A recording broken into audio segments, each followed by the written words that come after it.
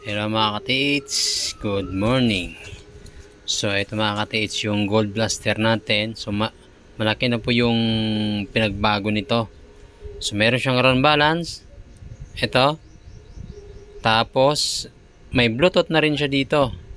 Ito mga ka-TH, pag in-on mo siya, ayan, bluetooth po yan. Okay. Tapos yung sensor niya para sa grip. Okay. Ayan nyo. Ito mga ka-TH ha. Ayan din mo.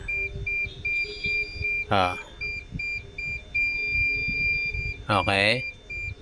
And then, meron na rin tayong level gauge. Ito yan. Ngayon, dito nyo malalaman na naka 45 degree kayo. Ito makikita nyong bubble na yan. Ito. Pag nakaganyan po yan, naka 45 degree kayo. Pero pag naka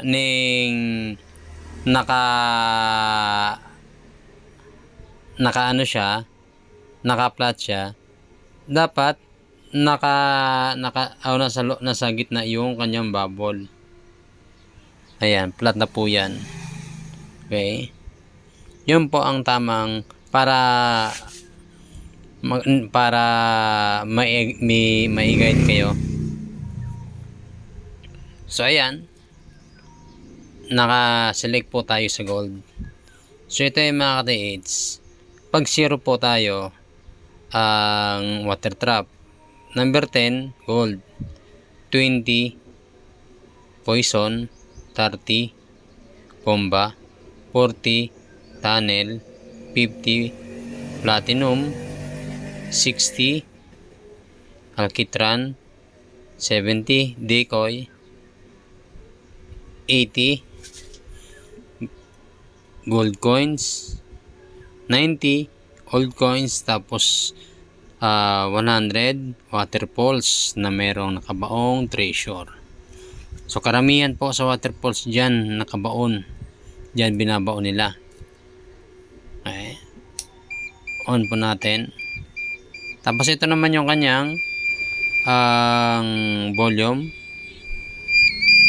Ayan.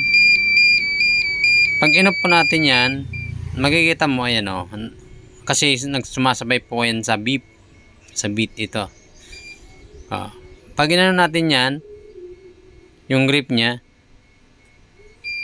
ayan, iila po siya. Ayan o.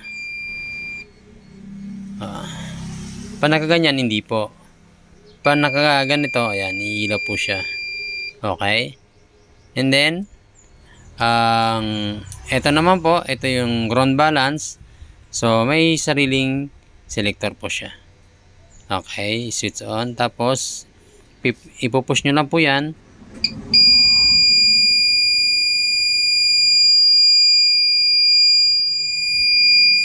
Okay, pagka-push nyo, patayin nyo na. So, ground balance po yon. Then, mag-uuna po tayo. Okay.